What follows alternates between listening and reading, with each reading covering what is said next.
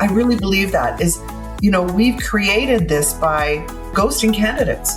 They apply for a job, we drag them through this awful application process, and then we don't call them back. We don't tell them anything. Yeah. That's it, right? Like zero communication. And what that's created is a level of mistrust. Welcome back to Hire We Go, where every episode we sit down with someone in the TA trenches and walk you through how to tackle one real challenge step by step.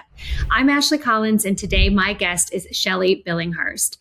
Shelley is a digital recruitment marketer and the president of Higher Value Inc., where she has spent over a decade helping companies compete for top talent.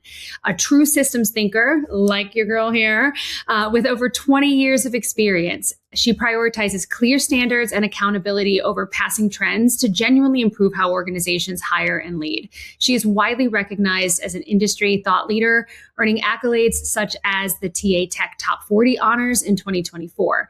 You might also know her as the co-host of TA Actually and formerly of Canada's #1 HR podcast, The Recruitment Flex. It is my absolute honor to have you here today, Shelley. That's quite the intro, Ashlie. Wow. Thank you. Thank you. It's always great to see you.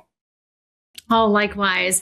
And it'll be so great to get your insights on what's happening, in the world today. And I thought maybe we could start off by talking a little bit more about what Higher Value's latest research reveals about candidate and talent acquisition perspectives on AI and hiring.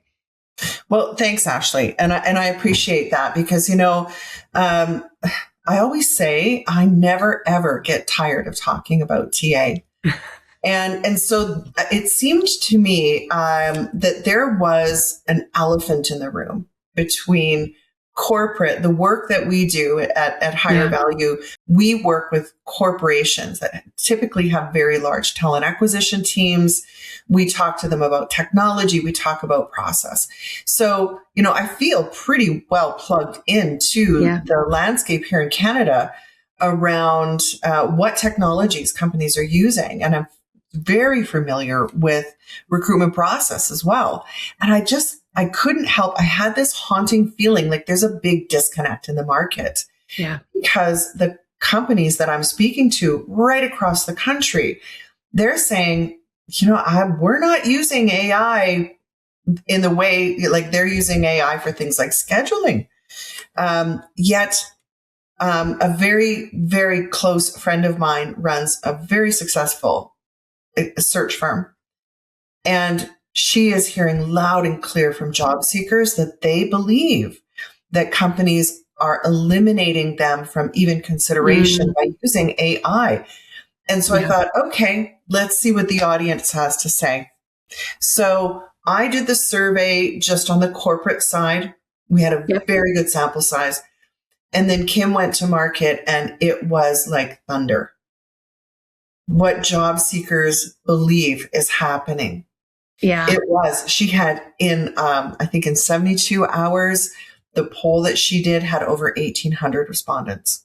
Wow. So very good. And she works typically just on the white collar side, right? So we're not factoring in hourly or retail or food service. These are like white collar, right? Yeah. And so what do you feel like from those 1,800 respondents that came in so quickly? Like, why do you think, what did they have to say about why they mistrust AI in the screening process? What was really driving that? Yeah, it's the lack of information, Ashlie. So we took and we had a professional marketing firm do the sentiment analysis on the comments because there were hundreds of comments. And so what became clear was that candidates don't trust AI. Yeah. They believe that companies have just turned a blind eye to them and just let the machine figure it out. Which, do you know what's interesting, Ashlie, is I don't think that's new. In that whether it was AI or before that, they believed the applicant tracking system was this sophisticated machine, which You and I know that it's not. It's a filing cabinet. Most of the time, the drawers don't work on that filing cabinet, right? Yes, absolutely. So it really was, you know, the lack of communication is what it comes down to, Yeah. Ashlie. Yeah. I really believe that is, we've created this by, ghosting candidates. They apply for a job. We drag them through this awful application process, and then we don't call them back. We don't tell them anything. Yeah. That's it, right? Like zero communication. And what that's created is a level of mistrust, because as you and I know, if we don't have an answer for something, we're going to make it up in our heads. Yep. Now we've got the power of being on LinkedIn and everybody nodding and saying, yep, you know what? Bad companies, they're using AI to screen me out. Yeah.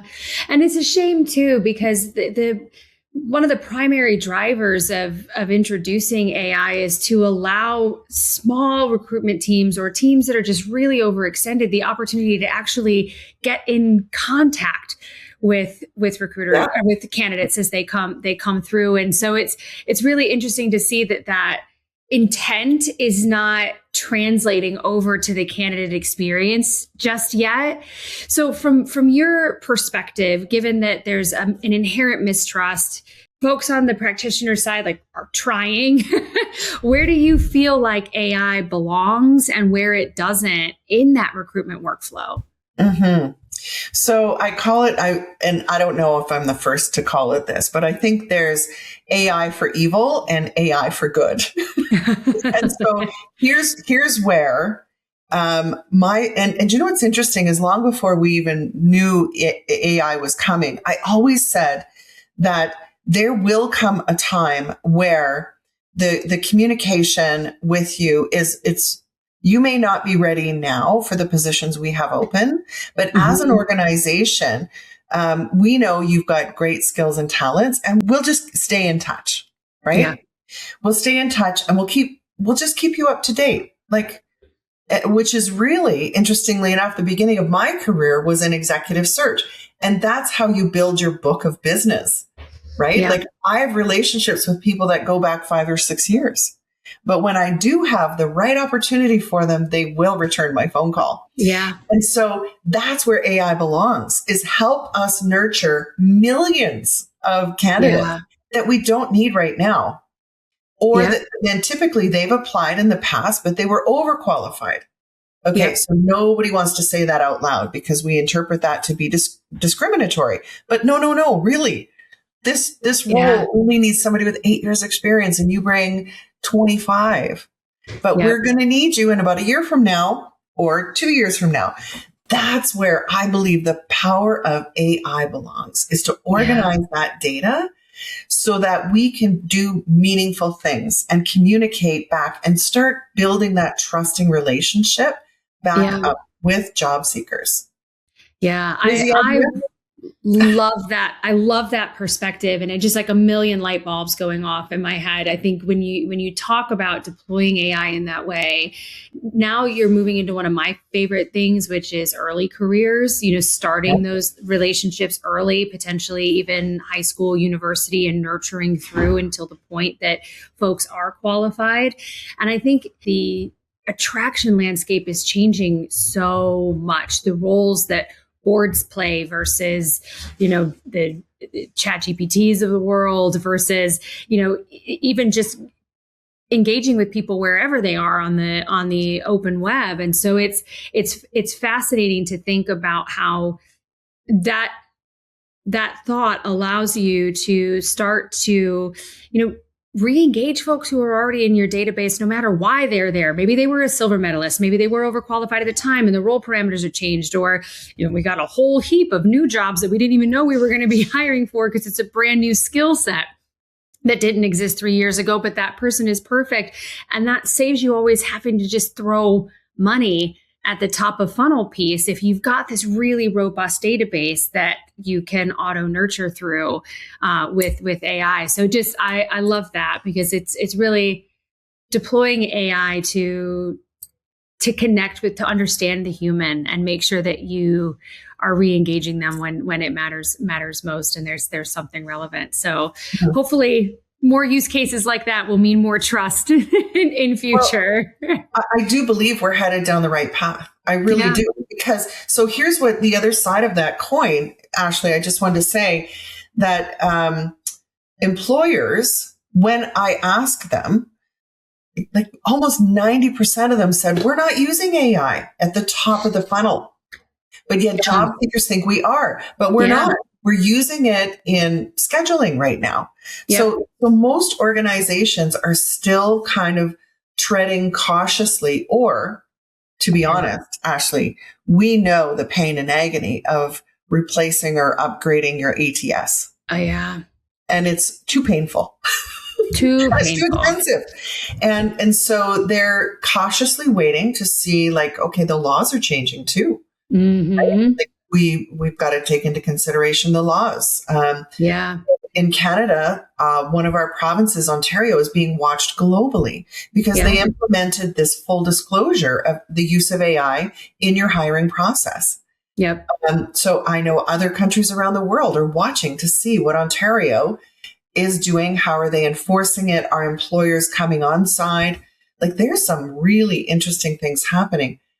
At the end of the day, though, the truth is we need to build trust back up. Absolutely. Trust through transparency. I think you've absolutely hit that on the head. Well, thank you so much for taking time out of your day to share your research and your experience with us. Hopefully you all found something in this conversation that will bring value to your work today, and we will see you next time. Thanks, Ashlie. Thank you.